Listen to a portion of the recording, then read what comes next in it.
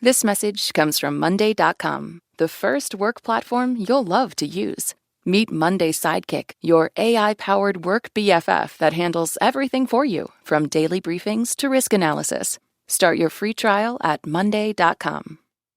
Hey everybody, it's Rund. I just want to start the show off by saying how much we enjoy the comments some of you have been leaving on Spotify and Apple Podcasts, especially for our recent series on immigration, which included an episode on the history of the U.S.-Mexico border wall. Joel Elias Saunders said, "This has to be the most in-depth and informative podcast out there. Thank you for the excellent reporting and varied points of view and experience." Thanks, Joel. And thank you all for listening. If you have a minute, leave us a review and a rating on Spotify or Apple. It helps people find the show and often gives us something to think about. All right, now on to the show. A note before we start. This episode includes descriptions of violence. Attention! Tribunal! Nuremberg, Germany, November 1945, just a few months after the official end of World War II. A group of judges from Allied countries file into a courtroom, most wearing black robes. To their right, Nazi officers, some in uniform, others in suits, sit on wooden benches in the defendant's dock. The charges against them: war crimes, crimes against humanity, and crimes against peace.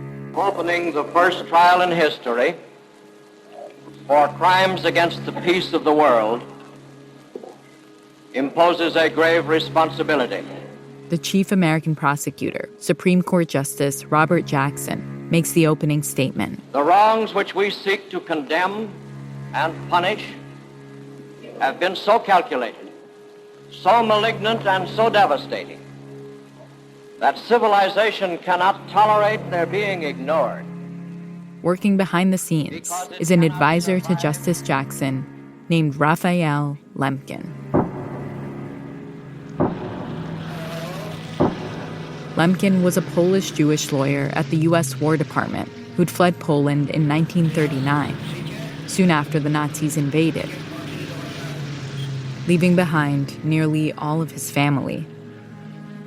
And he'd written to Justice Jackson after he was appointed chief prosecutor, because Lemkin believed that the Nazis should be tried for a crime that up until then didn't have a name. It is for this reason that I took the liberty of inventing the word genocide. He'd coined the term just a year earlier. The term is from the Greek word genos, meaning tribe or race, and the Latin kida, meaning killing. The term does not necessarily signify mass killings, although it may mean that. More often, it refers to a coordinated plan aimed at destruction of the essential foundations of the life of national groups, so that these groups wither and die like plants that have suffered a blight. The idea had been brewing in Lemkin's mind for years, even before the Holocaust. The crime of the Reich in wantonly and deliberately wiping out whole peoples is not utterly new in the world. It is only new in the civilized world, as we have come to think of it. As a university student in the 1920s, Lemkin had become fixated on studying past massacres around the world, including the 1915 massacre of Armenians in the Ottoman Empire. Lemkin had asked one of his professors, "So it's a crime to strike down one man, but not a crime for that man to have struck down 1 million men?" His professor responded that under international law, there was no such crime. There was such a thing as war crimes, but nothing about the intentional destruction of a particular group of people. Lemkin made it his mission to change that.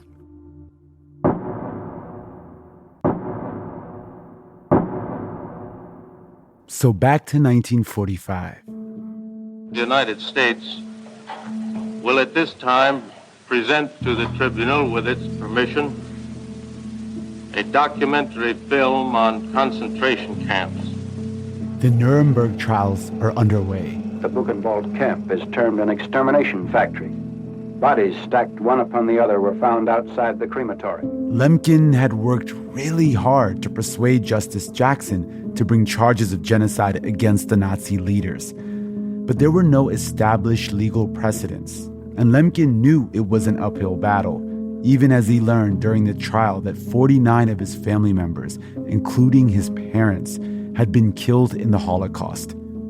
After nearly a year, the judges delivered their verdict. Today, for 10 months, the same routine has been observed.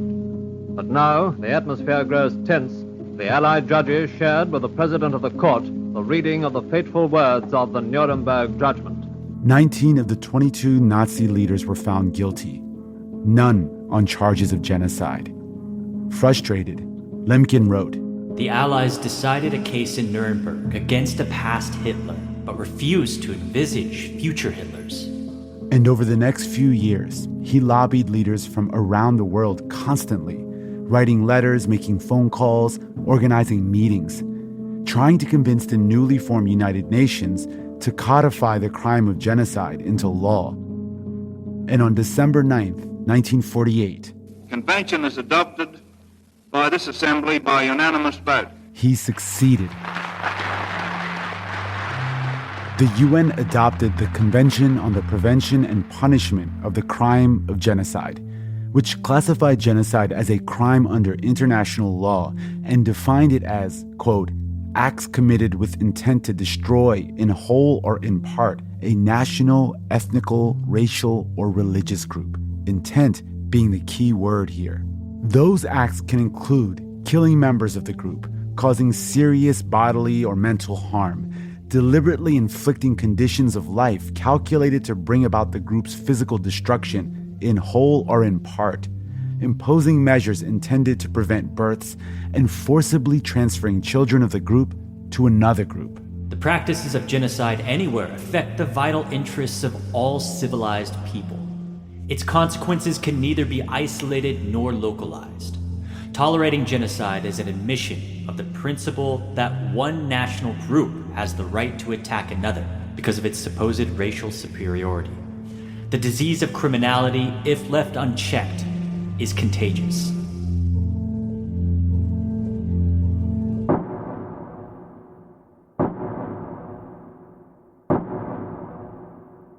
The word genocide is everywhere now, in headlines, in reports by human rights organizations, and on social media, describing conflicts around the world. It has come to embody the ultimate evil humans can inflict on their fellow humans. And it can be easy to forget that fundamentally, it's a legal term. In September, an independent UN commission concluded that Israel has committed genocide in Gaza. Israel has rejected the report and its findings. So what does it take to make an accusation like that and to prove it? In order to establish Israel's, quote, genocidal intent, the commission cited the very first time the Genocide Convention was put to the test after the Holocaust, the case of Bosnia versus Serbia. The world took a long time to realize that genocide had occurred in the Bosnian town of Srebrenica. It took years of trials, hundreds of hours of testimonies, and countless documents to investigate whether genocide had taken place in Bosnia between 1992 and 1995, and to determine who was to blame. By the time genocide was declared, the lives had already been lost, the homes long since destroyed, the children traumatized. In a field of tears, their memories of terror and death come pouring out. It was really a one big concentration camp. Many of those executed were buried in mass graves. And we were held at gunpoint by the Serbs. The UN, he says, they did absolutely nothing to protect us. The more time passes, you start losing hope. What is a genocide? How do you know when it's happening? And how do you prove that later in a court? What does it mean to get justice? I'm Rand Abdel Fattah. I'm Ramtin Arablouei. On this episode of Throughline, we're taking a close look at what happened in Bosnia and in the courtrooms afterwards to examine how this first case for genocide was built and what the official finding meant for the perpetrators, the victims, and the world. Hey, so I'm a recent subscriber, and a huge fan already. It's become one of my favorite history podcasts. This is Brian Gwynn from Cincinnati, Ohio, and you're listening to Throughline on NPR. This message comes from Whole Foods Market. Save on delicious sweater weather favorites with 365 brand and see hundreds of yellow sale and low price signs store-wide. This message comes from Schwab. Everyone has moments when they could have done better, like cutting their own hair or forgetting sunscreen, so now you look like a tomato. Same goes for where you invest. Level up and invest smarter with Schwab. Get market insights, education, and human help when you need it. Learn more at schwab.com. Support for this podcast and the following message come from Betterment. Start investing in a better future. Whether it's saving for today or building wealth for tomorrow, Betterment helps people and small businesses put their money to work by automating to make saving simpler, optimizing to make investing smarter, and building innovative technology backed by financial experts. So be invested in yourself. Be invested in your business. Be invested in better with Betterment at Betterment.com. Investing involves risk. Performance not guaranteed.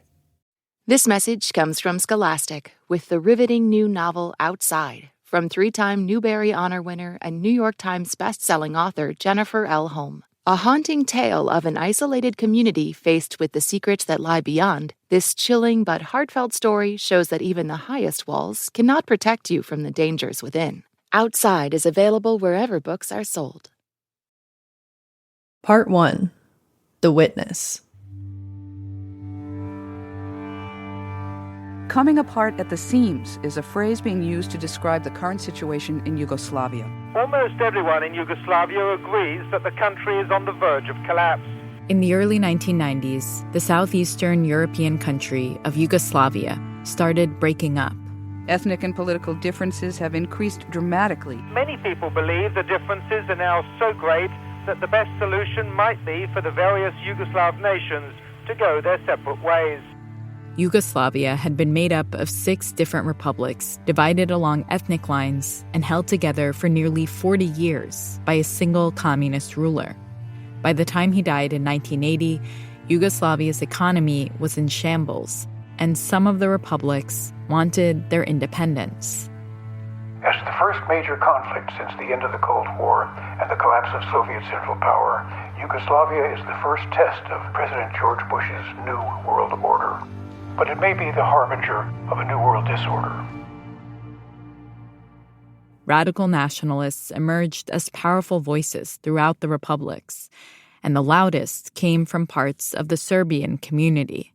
The Serbs were Orthodox Christians and made up the largest ethnic group in Yugoslavia. They held a lot of the country's political and military power. If the country of Yugoslavia broke up into separate independent nations, the Serbs risked losing that power. There was a saying at the time, why would I be a minority in your country when you can be a minority in mine?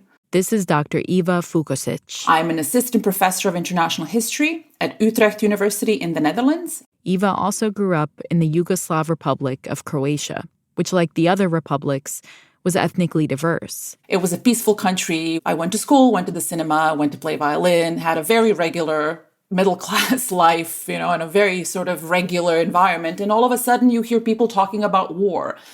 And all of a sudden you hear people talking about sort of ethnic groups that I didn't even know was it like a thing, In many ways, violence makes you take sides. Rumors were circulating this morning that tanks were moving from Serbia to Croatia, the 2 rival republics that have a long history of ethnic strife. The first wars broke out in 1991 in Slovenia and Croatia, which had both voted for their independence. One of the clues that something terrible was happening was the rhetoric of leading politicians. Serbia's hardline communist leader, Slobodan Milosevic, who rose to power 4 years ago on a wave of fervent nationalism. Milosevic has talked in the past about a greater Serbia. And they were talking about any place a Serb is buried is Serbia. They can't take our graves. That's laying claim to a huge amount of territory that is not theirs. The situation is certainly getting very, very dangerous. A loud boom shattered the air right in front of me this afternoon. Everybody is furious. Flashes of light in the dark sky. Full of rage. And the sound of explosions in the distance. In Yugoslavia, this is the way a civil war could begin. A few months into the war, I went to Bosnia. Everybody said that the war was going to be in Bosnia. In 1991, American journalist Roy Gutman was reporting in the region for the newspaper Newsday. I went to the town of Banja Luka, which is a predominantly Serb town in northern Bosnia, and sat down with the mayor. And he took out a map, and he showed me that how the Serb-led army was going to create a corridor across Bosnia. Within Yugoslavia, the Republic of Bosnia and Herzegovina bordered the Republic of Serbia. The Bosnian population was mostly Muslim, Serb, and Croat. Just under a third were Serbs. But the mayor's map showed that Serbs wanted to claim up to 2/3 of Bosnian land. This is a case where I couldn't believe my eyes. Isn't this map a recipe for total war? In 1992, Bosnia-Herzegovina voted for independence. Bosnian Serbs protested the vote. They had already declared their own state, which they said would be part of a, quote, Greater Serbia. The place is divided desperately at this moment. I was in Sarajevo. It was the day that began with a bang. The day after the independence vote, Bosnian Serbs seized control of all the roads leading into the capital city of Sarajevo. Ethnic lines were drawn just hours after the volatile republic held a referendum on secession from Yugoslavia. The Serb artillery started firing and snipers started firing. Ethnic Serbs fired on a group of demonstrators in Sarajevo. At least 5 people were killed in clashes over the weekend. The Bosnians didn't have the military to defend themselves. Remember, Serbs had a lot of control over the military in Yugoslavia. When the country started to break up, Bosnian Serbs held on to the weapons. The Serbs, if they wanted to do something, could practically write their own ticket. Roy watched as Serbs captured territory throughout the republics. And while much of the international media covered the siege of Sarajevo, Roy found the real action was taking place somewhere else. In the smaller towns and villages where Bosnian Muslims lived. In July of 1992, Roy started writing stories suggesting that Serbian state officials were targeting those Bosnian Muslims. I discovered a whole trainload of people had been taken at gunpoint or tank point, put on buses, and then put on the state railways and taken to Hungary. And what was interesting was that the state was using all the instruments at its command, including transportation, to carry out a policy of what was called ethnic cleansing. You hear the term ethnic cleansing used a lot today. But at the time, it was a newer concept that was actually popularized by international media during the Bosnian War. There were also some reports that Serbian leaders used the term themselves when talking about their plans for Greater Serbia. What was ethnic cleansing? Well, it was mass deportations. We knew that, carried out really by the state against whole villages, against whole populations, indiscriminately. And I learned from that experience that the state was the major actor. This is an organized thing. I wanted to, from that point on, find parallel examples of where the state was operating against civilians in a very organized way and corralling them or forcing them to do something or maybe killing them. So Roy starts hitting up his contacts. I made some phone calls into Banja Luka. At this point in 1992, the Bosnian Serbs controlled Banja Luka, the second largest city in Bosnia. It was the city where the mayor had shown Roy the map of land the Serbs wanted to capture before the war. And now Roy found himself on a call with a Muslim political leader there who told him, "Please come. In the name of God, please come. Terrible things are happening here." Now, you don't get that kind of a message very often, by making a phone call to somebody you don't even know. And I headed on the first buses to Banja Luka. And when he got there, Roy started interviewing people. I did everything in a very routine way. I called on the police, I called on the Serb-led military, I called on the political parties of the Muslims and Croats, and I learned that there was a whole series of camps that had been set up. They were described as concentration camps, and of course that's a question of definition, but they said that people were being killed in them. So Roy found a colonel with the Bosnian Serb military who would speak with him. So I asked the innocent question. I said, other people are talking about a whole network of camps that have been set up. Is this true? Maybe it's just invention. He responded that the Muslims had set up camps all over the place and were detaining Serbs. And this was actually true. Bosnian Muslims had set up their own camps. And during the war, all ethnic groups were killing and being killed. But Bosnian Serbs had the most power, and it was Bosnian Muslims who were being killed in the greatest numbers. So Roy, following his leads, said, I have the names of a couple of places here, and I just wonder if there's a possibility to visit them. And I did it in complete naivete in appearance, but as a matter of fact, I knew damn well that some terrible things were happening there. And they actually arranged to take me the next day to one of the camps. Roy gets on another bus and heads to a town about 15 miles away. The Army turned down Newsday's request for a tour, offering instead interviews with 8 hand-picked prisoners and a camp doctor. Armed guards monitored each conversation. Army interviewers asked most of the questions. Then the 8 men were marched away. None of the prisoners interviewed under those conditions criticized the camp's regime, but former prisoners interviewed away from the camp described it as a place where beatings were routine. The smartest thing I ever did there was I brought along a photographer, Andre Kaiser. I really had to have photographs to back up what I was writing. While Roy was there, he and his photographer witnessed another scene. Up on the hillside were huge sheds where men were being held. You could see men lined up, bowing their heads down and then having their heads shaved like sheep. They left with photos. They just changed everything. They conveyed a whole degradation, humiliation with the hands of thugs. Roy hadn't seen any violence at this detention center, but he'd heard about another one, a camp in a town called Omarska. I asked my escort, Major Milutinovich, if he could take me to Omarska. This is not a request I made with great hopes. And to my surprise, he agreed. And the next day, we got into his van and started heading to Omarska, which is also in the area of Banja Luka. But about halfway there, he got a phone call saying that they couldn't guarantee my safety. But this led me to believe that something really terrible was happening, that what I saw at Manjača was small potatoes compared to what must be going on in Omarska if they couldn't take me there. I became obsessed by it. Roy knew this was a problem. It's hard to write a story about a place you can't go. So he went to Zagreb in Croatia, where he knew refugees were living, and nonprofits helped him find dozens of people to interview.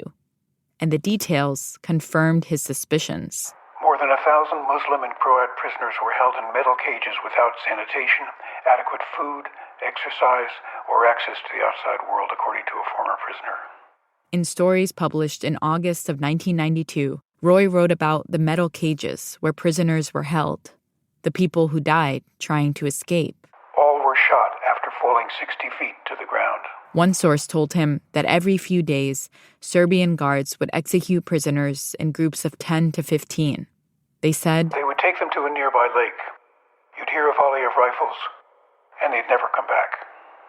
I happened to, in the course of 2 or 3 months there, come upon enough examples of state action in places I didn't expect it, that it added up to a pattern where ethnic cleansing is really a vast understatement.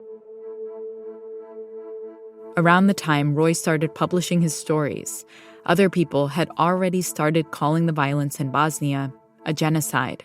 But the media wasn't using the word, even as more and more details emerged. Mosques are being blown up. 4 more mosques were reduced to rubble. Churches blown up. 46% of the churches in his diocese have been destroyed. Historical heritage blown up. We saw that almost every building was damaged in some way.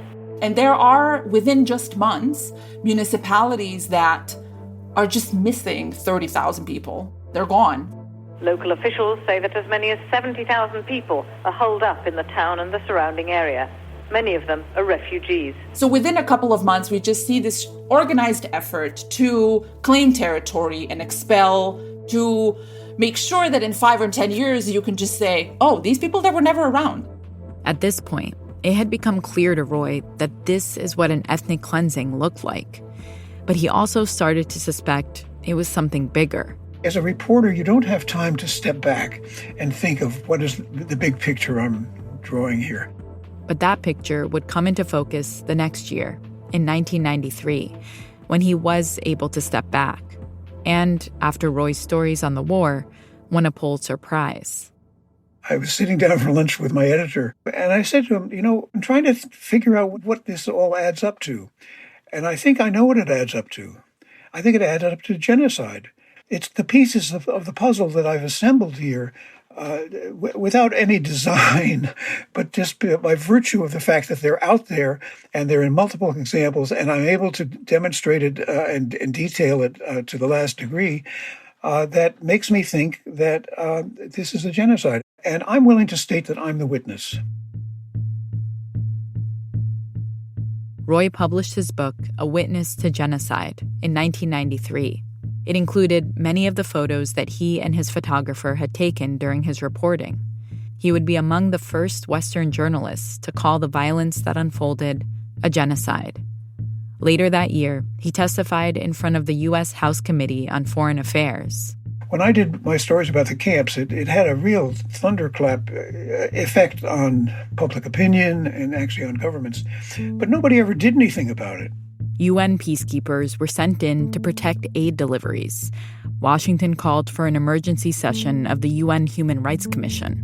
Journalists flooded the region, but concrete action on the ground didn't happen. So there's a real hypocrisy in international life that you could have these massive crimes that everybody knows should not be going on and that are way away from anything lawful, and then nobody does anything about it. The same year Roy published his book, 2 different UN courts began investigating crimes in the Bosnian War. One was a war crimes tribunal that would prosecute individuals.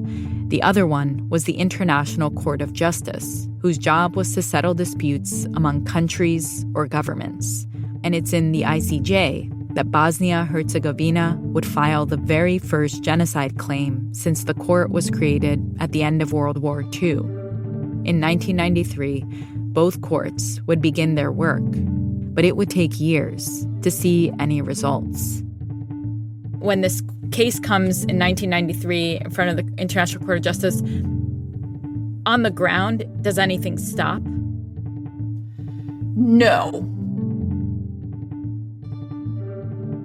Coming up, the evidence for genocide becomes undeniable.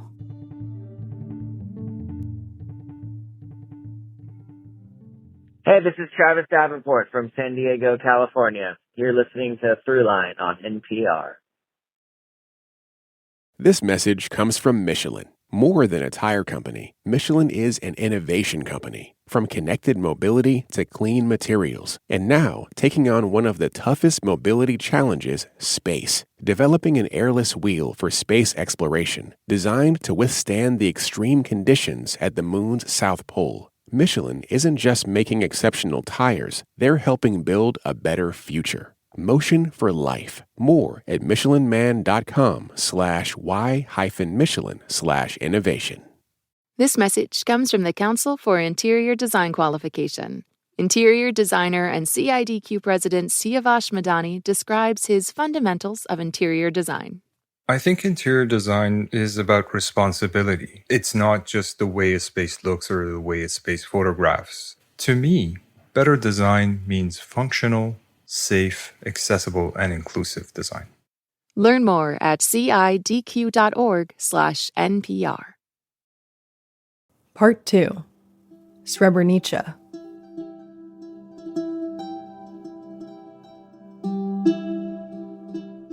Srebrenica itself is an enclave that is in the eastern portion in Bosnia, very, very close to the Serbian border. It's about 3 hours drive east from Sarajevo. Very rural area, lots of farmland. It's hilly, it's green. There are small little villages around. Everybody knows everybody. In April 1993, the area of Srebrenica was actually declared a United Nations safe zone. The zone included Srebrenica town and the surrounding area. So this is where people were supposed to flood into to escape the ongoing besiegement from the war that was ongoing. This is Sima Gilani. She's a pediatrician and humanitarian aid worker who has spent time in Bosnia recording survivor testimonies. So that's what they did, is that Bosnian Muslims fled into by the thousands. There's about 40,000 people in this area. And this is Dr. Eva Vukasic. She's a professor of international history at Utrecht University in the Netherlands who grew up in nearby Croatia.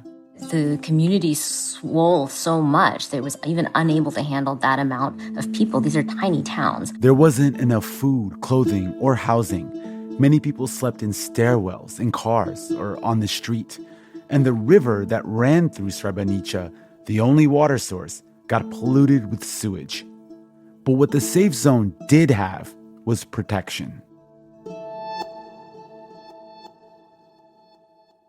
It's been guarded by UN peacekeeping forces, which were largely of the Dutch battalion.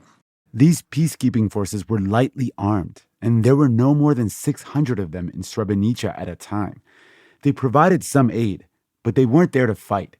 At that point, the international community was officially neutral. But starting in March 1995, things would get worse, fast, when the Bosnian Serb leader, Radovan Karadzic, handed down a directive. By planned and well-thought-out combat operations, create an unbearable situation of total insecurity with no hope of further survival or life for the inhabitants of Srebrenica and Zepa.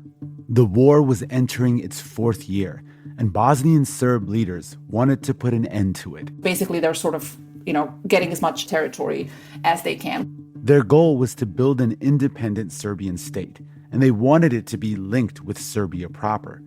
In order to do this, the Bosnian Serb army would have to annex Srebrenica and expel the Bosnian Muslims who live there.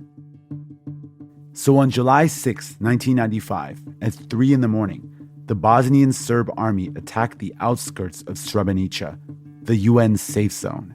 The Bosnian Serb army enters this space of the safe area which they were not supposed to enter. The army advanced towards the town. The footage you're hearing was taken in Srebrenica a few days later, on July 10th and 11th.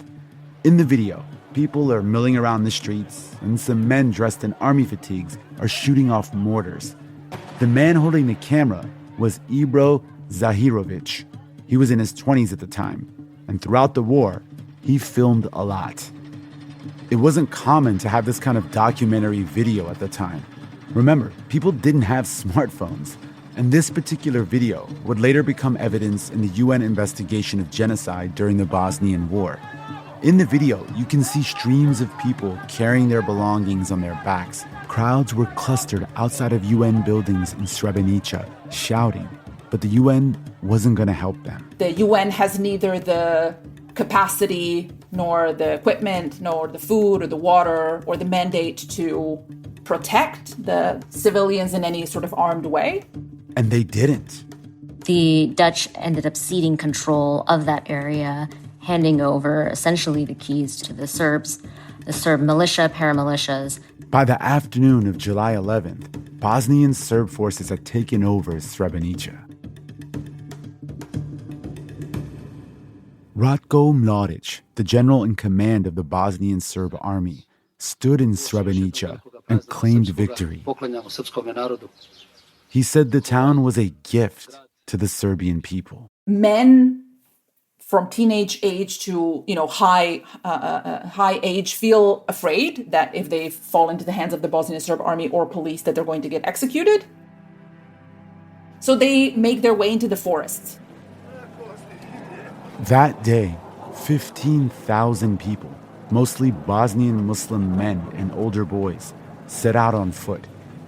Ibro Zahirovic, camera in hand, was one of them.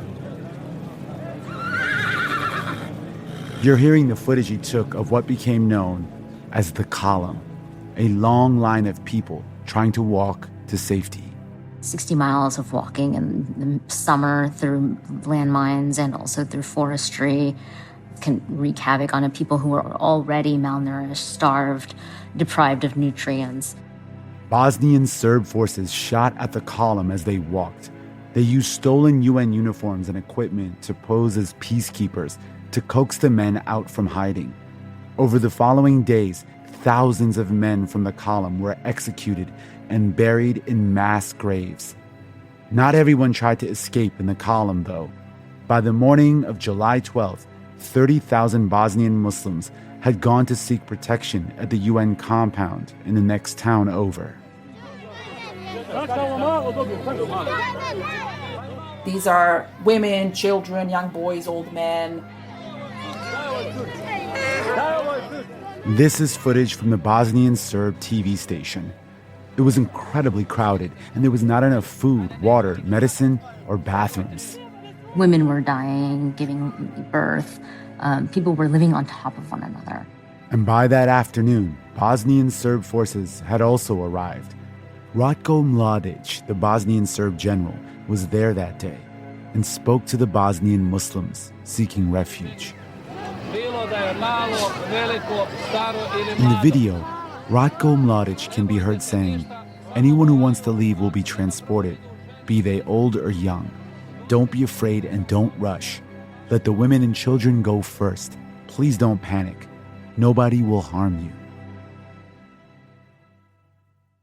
But that same day, the Bosnian Serb army began to separate the women, children, and elderly from the men and boys. The women, children, and elderly were taken on buses to Bosnian Muslim-held territory. As for the men and boys, Bosnian Serb army and police take them to kind of culture halls and high school sports gyms. they were detained, many without food and water, and crammed in so tightly some couldn't even sit down. Over the next several days, Bosnian Serb forces orchestrated mass killings of these men and boys. We know almost hour by hour where people were and which buses took them to which execution site and who was shooting and which truck was where. Over 8,000 men and boys were summarily executed, shot, killed. Just imagine this youngest boy I had, those little hands of his. How could they be dead? Many of their bodies were dumped into mass graves and buried. What happens then in the next couple of days and weeks is the women that managed to reach government-held territory are asking, where is my husband? Where is my brother? They're realizing there's thousands of people missing.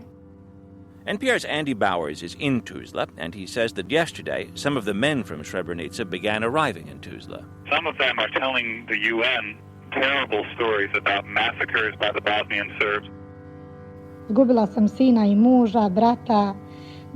I lost my son, brother, husband, 30 from my close family alone. I can never tell everything. We just want to find out where the bones, the remains of our fathers, brothers, sons are. To find out the truth.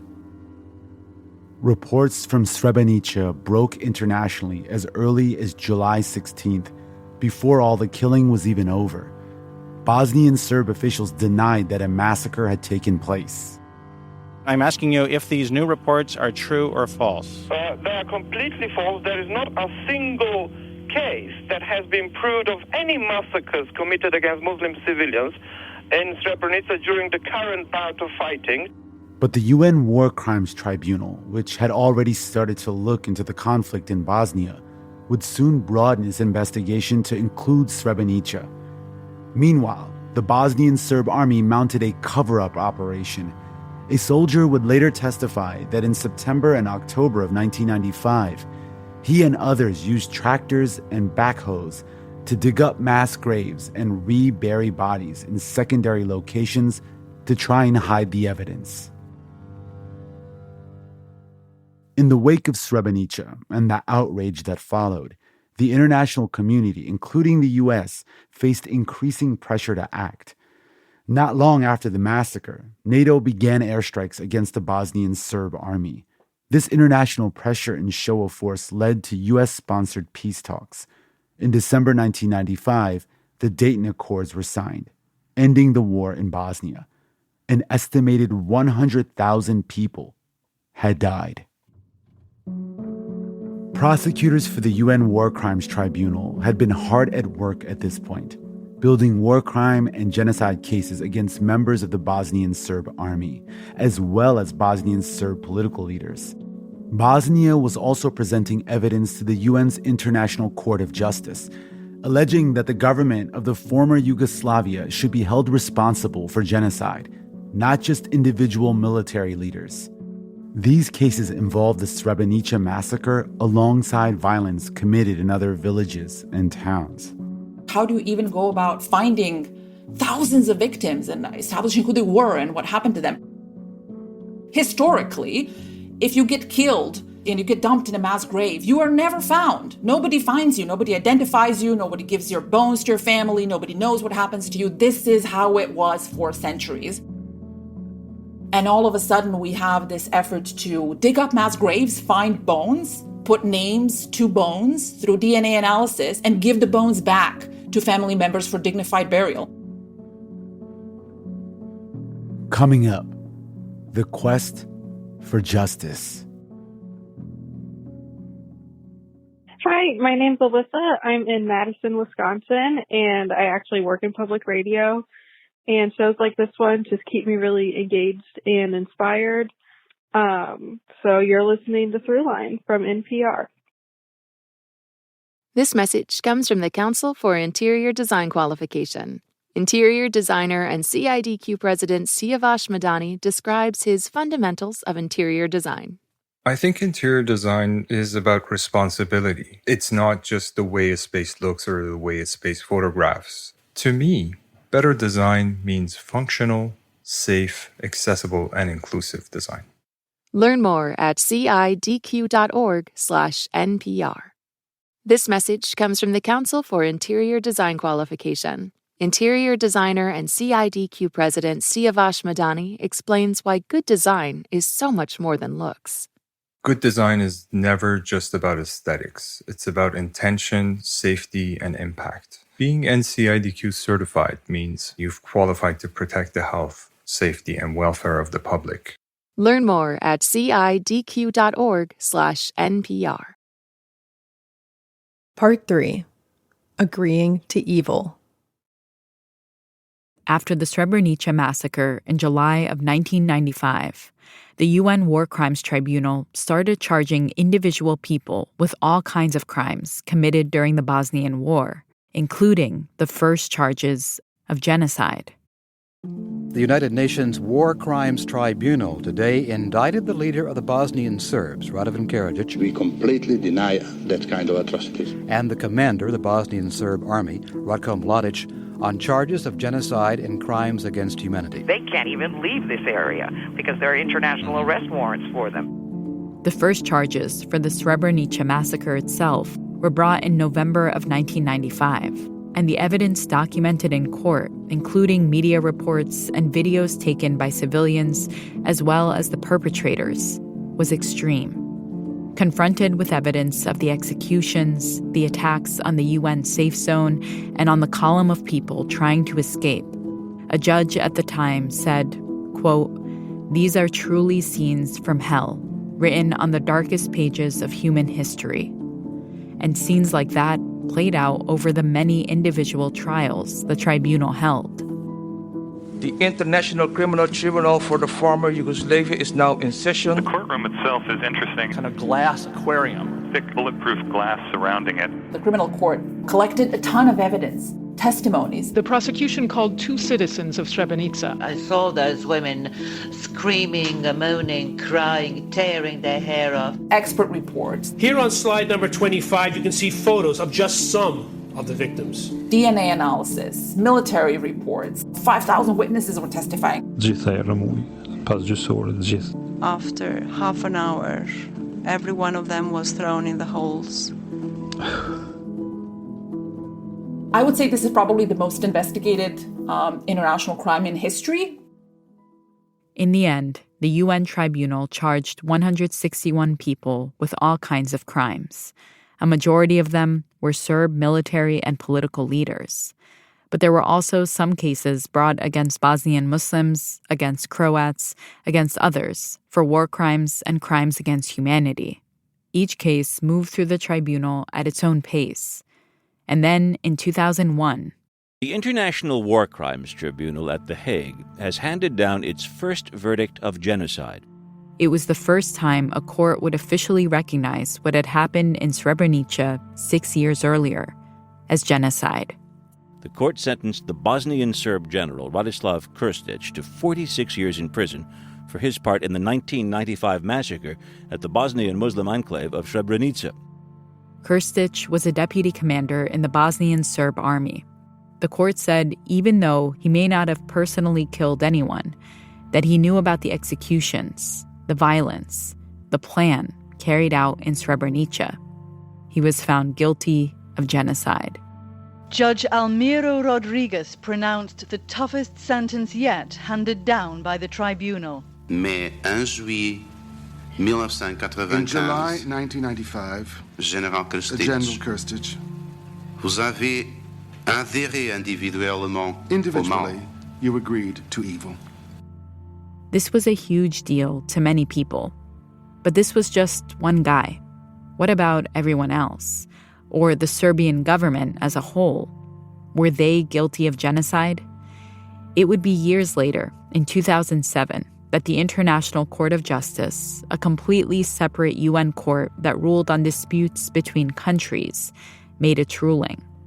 And in a shock to many, the ICJ said Serbia as a state was not guilty of committing genocide, though they also found that the state was guilty of failing to prevent genocide, which is required under the Genocide Convention. The ICJ ordered Serbia to transfer any people accused of genocide to the UN War Crimes Tribunal, where they could be prosecuted individually. To this day, we have no straightforward finding of the ICJ that any state is guilty of committing genocide. Even after the genocide convictions, mass graves were still being excavated all around Bosnia and still being used as evidence in ongoing trials. In 2009, a couple of years after the ICJ's ruling, Sima Gilani volunteered at the International Commission on Missing Persons. Her job was to help identify remains of people buried in mass graves. Families looked for anything that could help to identify their loved ones, like fragments of bones or old watches and rings. I recall one particular woman recognized a lighter, and it was her lover's lighter. And she goes, "That's it. He's really gone now. I know that." And she told me the story of how they met in a bar, and she asked for a light for her cigarette, and he took the cigarette and he put it between his fingers and he laid his fingers on her lips. And it's all down to what, a lighter that's now blood-soaked? That's all she has. So for me, what does the word genocide matter to her? I can still hear steps of my sons walking through the house. NPR covered the trials as they unfolded over the years and spoke to many survivors. Some spoke of trauma. I can still feel their presence in the house. They always used to call me mommy, and on one occasion I actually heard somebody calling me mommy, and I went to the window, but there was nobody. Others were angry that the UN, the US, and the international community largely stood by during the worst of the violence. It's difficult even to imagine what people can do to other people and what kind of animals they have to be to do this to somebody else. Shame on them. Really shame on them. I don't think the international community has learned its lesson. It still has a dirty conscience, and it didn't do enough to clear its conscience. The UN tribunal lasted more than 2 decades. In the end, 93 people were sentenced out of the 161 people charged. The final judgment came in 2017 when Ratko Mladic, the main leader in the Srebrenica massacre, was found guilty of genocide. He is currently serving a life sentence in The Hague in the Netherlands. But for many people, the courts took too long to call a genocide a genocide. And that's part of the limitations of it being a legal term. It takes a ton of evidence and often a ton of time to prove. It's dependent on whether anyone brings a case, the court it's presented in, what kinds of pictures or videos or proof exists that can show the intent of the crime. According to the courts, Srebrenica was the only place genocide happened during the war in Bosnia. There are whole communities in Bosnia and Herzegovina and elsewhere around the world that feel cheated because what their community went through wasn't labeled, confirmed as a case of genocide. And that's true today in places where genocide is still being litigated, like the conflicts in Darfur, Ukraine, or Gaza, where in September of this year, a UN commission pointed to the Bosnia case when it concluded that Israel was committing genocide in the Gaza Strip. The month before the UN ruling, in August 2025, the International Association of Genocide Scholars had declared that Israel's actions in Gaza meet the legal definition of genocide. The starvation, the destruction of civilian property, the inability of people to leave, the no medicine, no hospitals, no schools, the statements of high-level Israeli officials, videos that are coming out of humiliation. So I think in many ways, the expert community at this stage is pretty much in agreement that if this is not genocide, then I don't know what the hell genocide looks like. South Africa has already filed a genocide claim against Israel in the ICJ, but it most likely won't be decided for years. Israel has denied all the charges. This is the first time that we see a close Western ally being accused of such a thing. What does it mean if we, as their biggest ally and their biggest arms supplier, will use this word?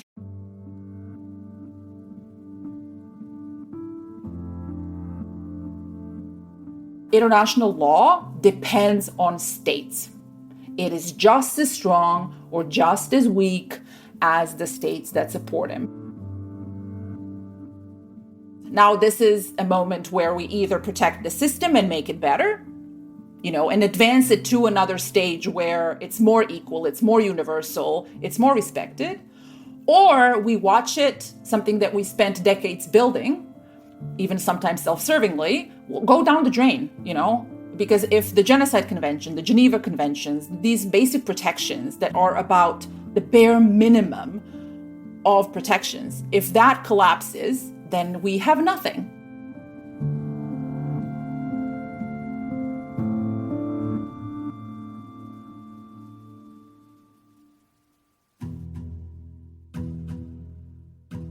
That's it for this week's show. I'm Rand Abdel Fattah. I'm Ramtin Arablouei, and you've been listening to Throughline from NPR. This episode was produced by me. And me, and... Lawrence Wu. Julie Kane. Anya Steinberg. Casey Miner. Christina Kim. Devin Katayama. Irene Noguchi. Fact-checking for this episode was done by Kevin Vogel. Thanks to the BBC and member station KBIA in Missouri for some of the archival radio reports you heard in this episode. Thank you also to Chris Hoff, Johannes Durgi, Laura Schwartz, Nadia Lancey, Nick Spicer, Beth Donovan, and Tommy Evans. This episode was mixed by Jimmy Keeley. Music for this episode was composed by Ramtin and his band, Drop Electric, which includes Naveed Marvi, Sho Fujiwara, Anya Mizani. And finally, if you have an idea or like something you heard on this show, please write us at throughline@npr.org. And make sure to follow us on Apple, Spotify, or the NPR app. That way, you'll never miss an episode. Thanks for listening.